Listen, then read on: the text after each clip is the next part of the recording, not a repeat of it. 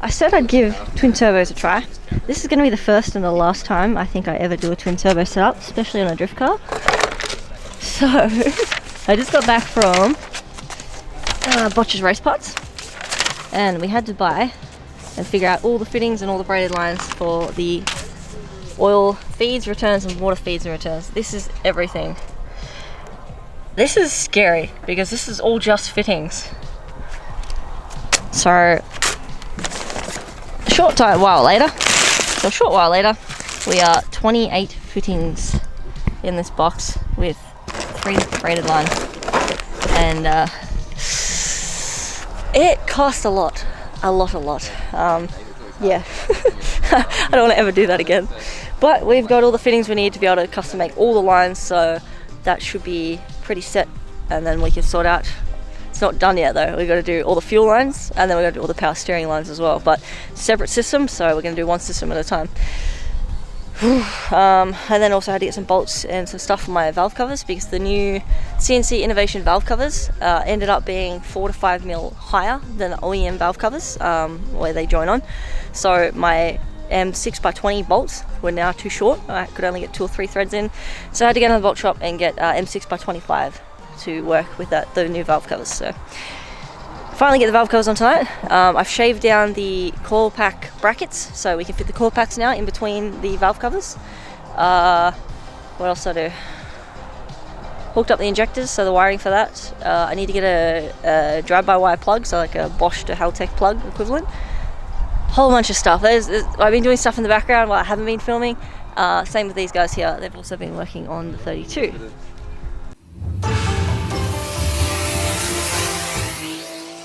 Yep. Yeah, we've got the kind of bit of Let's keep the next one over. That's dried up today, so we should be able to start cracking this side as well, and it should come up just as clean as well. I only put enough in to just kind of hide the. Like, so I didn't have to, it's just too hard to chase in there with the grinder, so it's just more to give us something to actually sand off. Yep. Everybody pat the engine bay. I the grinder. Starts purring. Sticks its tail up in the air. But yeah, engine bay is looking much better. Better. So they opted to not cut out the tubs completely and just replaced these guys down the bottom here. Yeah, a little bit more etching to finish off our front ends and stuff, and then we're pretty much ready to undercoat. Yeah, cut holes and then undercoat it. Seems like so much work. At least we get to pick where they are this time. Yeah, that's true. Or to paint it black. The fucking holes in the side of it and stuff. Yeah, that's exactly right. What about black with glitter? Flake. Black with glitter? Black with flake. Nice. Sparkles. Hits, apparently. Be a drift kid, Nathan. Yeah. Be a fully hectic. What about fluoro? Maybe on the outside. Fluoro flakes. I wasn't even supposed to paint this. Black with fluoro flakes. Oh, I got halfway to the shed, but I stopped for good reason. Have a look at this. So I've got a burning fire somewhere here. I don't know if this is a bushfire. Where'd it go? Over here somewhere. There it is. So that's out Mount Glorious. It's out the mountain roads where everyone likes going driving. Well, hopefully they're just back burning. I might go for a cruise on the weekend and go find out where that was. But look at this. We had a blood moon. The camera doesn't show it too well. It's like dark orange on the camera. And it's huge. Really cool. First things first, since the last time we saw this car, it had all the piping on that Liam done. We have since pulled off all the piping. So I've installed the LED kit that's going to go into the bay, just on my battery. It's actually my 240Z battery. Just so I can work on in the bay and not have any dramas with lighting. But it looks amazing. So we give you a bit of a hint of what this is going to turn out like.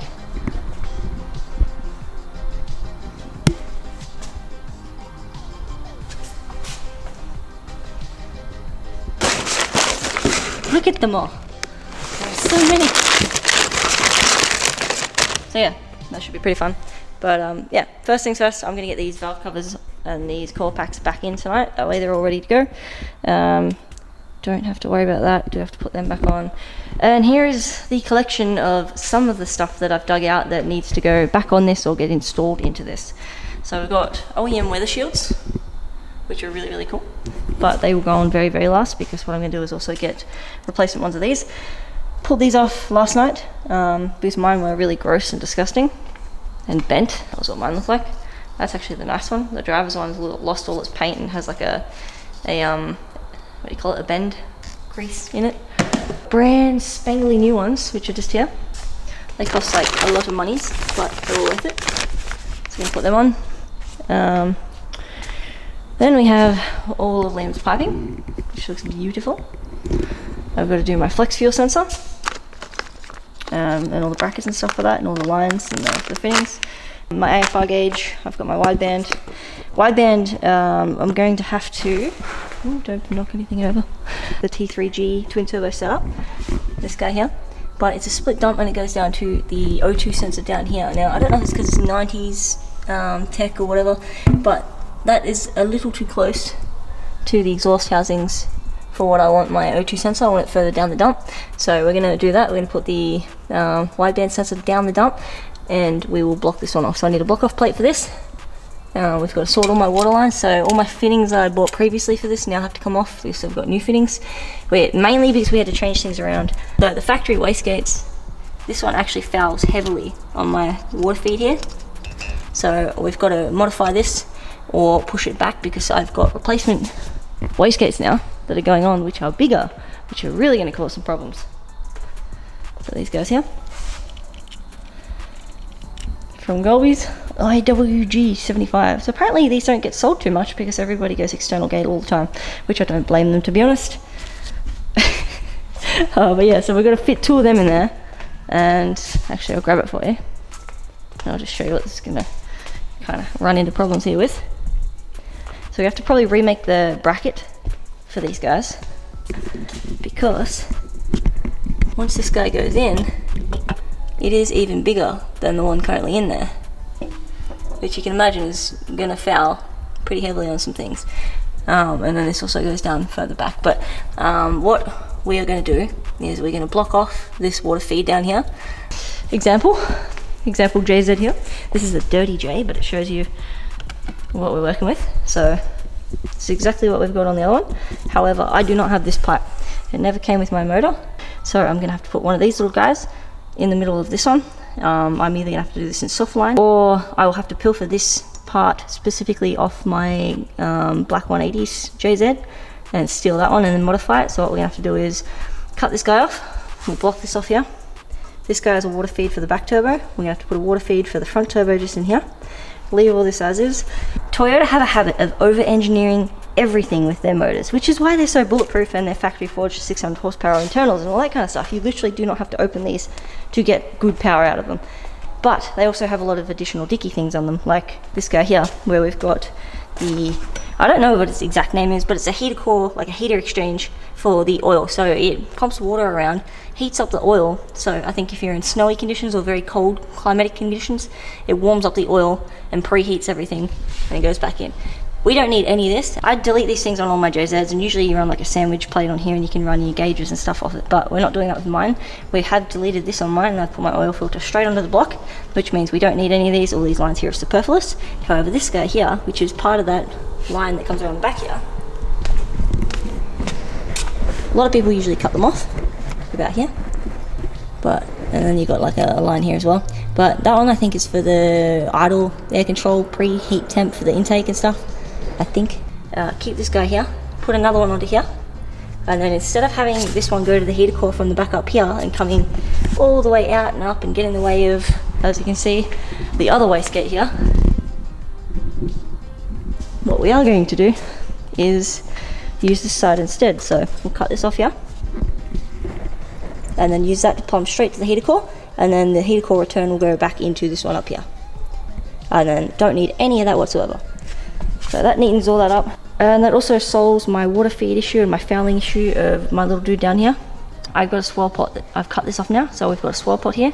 So one thing we did overlook when we done the piping is we forgot to add 2 more outlets for the water feeds. So we've got to do that. I've got the swirl pot off now, and I'll send that back up to Liam, mark out where we need them, and get him to either put them on the bottom of the swirl pot just down here, or we might even get them on the back of the neck somewhere around here, depending on how that's going to go in the bay with all the pre-existing new fab piping, and how hopefully it won't foul on anything. I don't think it will, but we're also trying to keep this nice and neat and tucked as well, because as you can see, we've gone to this much effort, we might as well go to all the efforts. So yeah, that's waterline sorted. Then we need to sort out the oil feeds and returns. Now originally I had these guys. Where are they? Alright, we had these guys over here.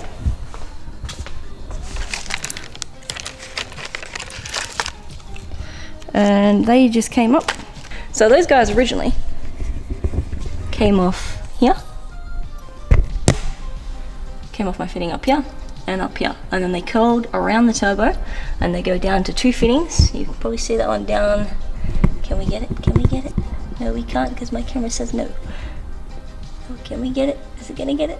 Come on, focus. You can do it, you can do it. Oh, yes, there we are. That one right there. That's the front turbo oil line. And the rear turbo is pretty much in the same spot, but to the back there. You can see that little yellow guy down there. So those two are going to go there, but the returns are a bit of a pain. So on the bottom of the turbos, which you can see just here, there's like a 2 bolt and a hole. So I'll show you what this looks like. Actually, I'll just grab the thing. Where's my other turbo? The good thing about having a million parts everywhere, I can reference them. Where's my other one? There it is. Okay, perfect. I don't even have to lift it up. Right, there's my other HKS turbo. And that's exactly what we have on the bottom. So obviously the turbo's upside down, but we have one of these guys, and that is my oil return, but it needs to go back into the block, which this is factory tune turbo. This is what it usually looks like. It goes straight into the sump. Sorry, I said block, didn't I? I meant sump. Yeah, so oil returns go back into the sump onto a Y pipe. This is the factory Y pipe, which is nice and convenient, but it also runs for factory piping. There's the 2 oil feeds I was talking about,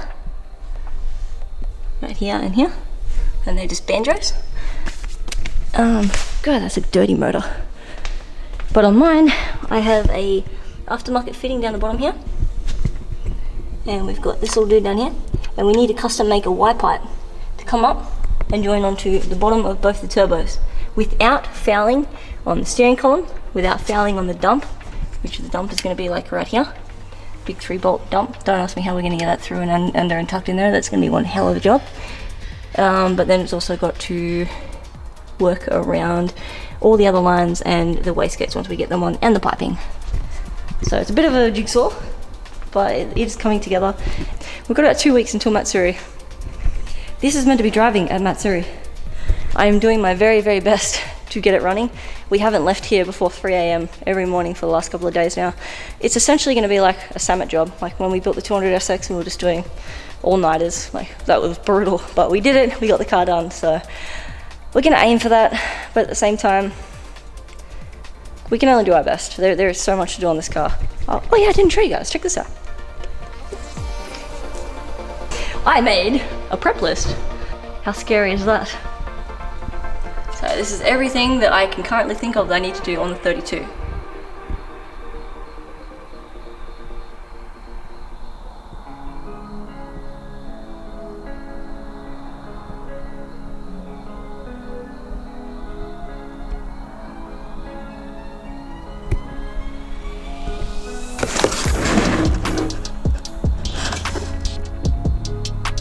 That's a lot of stuff, isn't it?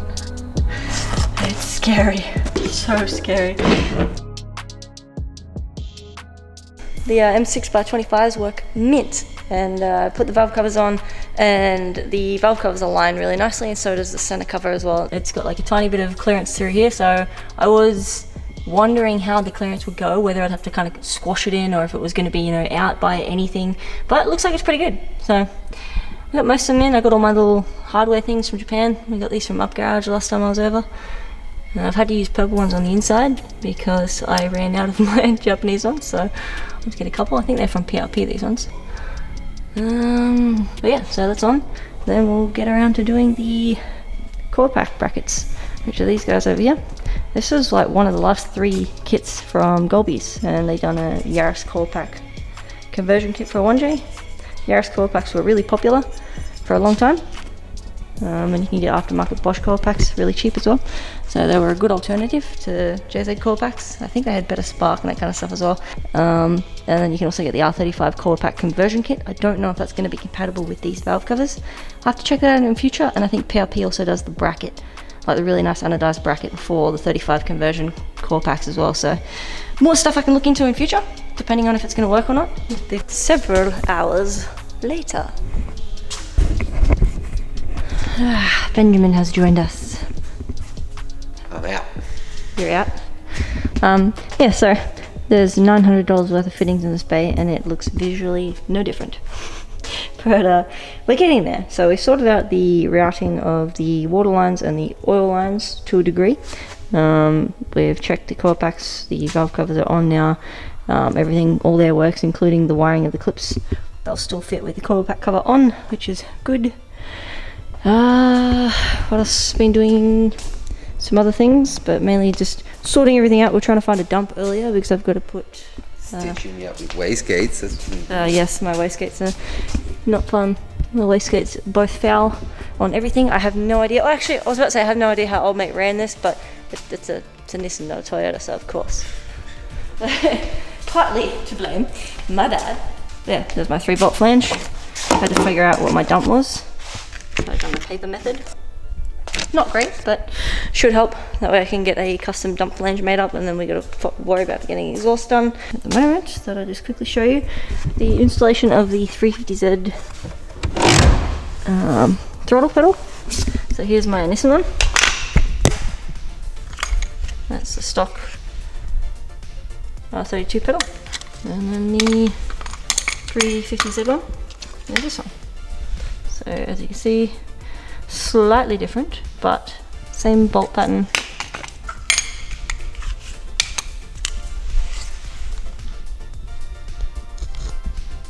Turn up the light, get my head out of the way. There we go. So it should be just as easy as, I know it's never easy, but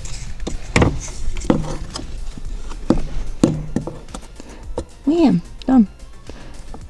Position almost looks factory, and they've got some skated deck tape on it.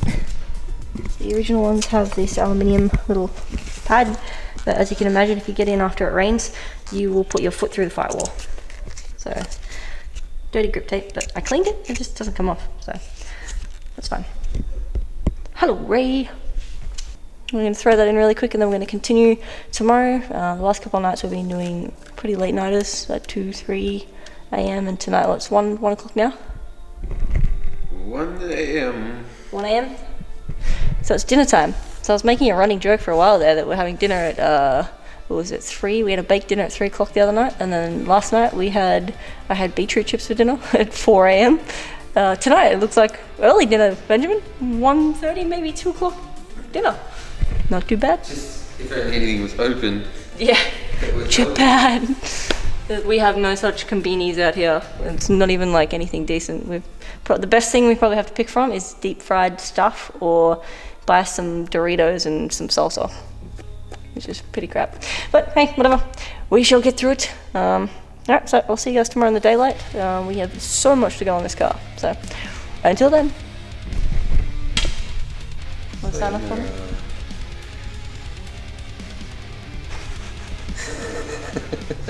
Ciao,